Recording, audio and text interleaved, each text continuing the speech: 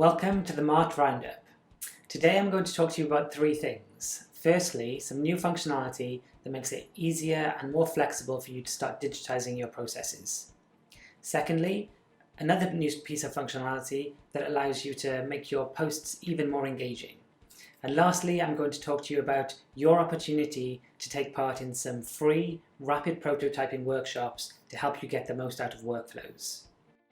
As you probably know, we have a task feature which helps people to keep track of their to-dos and allows managers to assign work to their workers.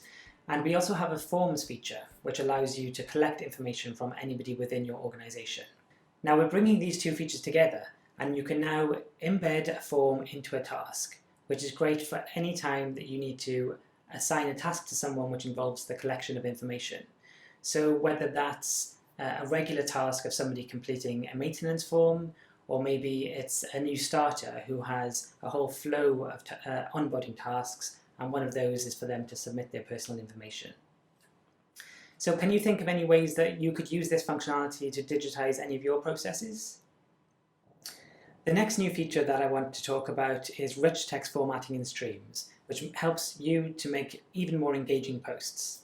You might have already seen this because we put a pop-up in the app last week, and basically it means that you can now use bold, italics, underline, strike through, bullet points or numbered lists or hyperlinks to make your posts much more engaging.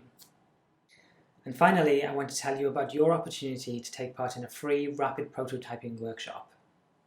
So this workshop will help you to truly understand the potential of workflows, and together we will identify some key processes that you would like to digitize.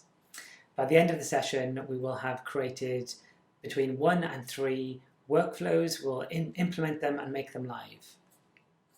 So we only have limited spaces for these workshops, so if you're interested, please get in touch with your customer success manager, or if you don't have a CSM, then please email support@beekeeper.io.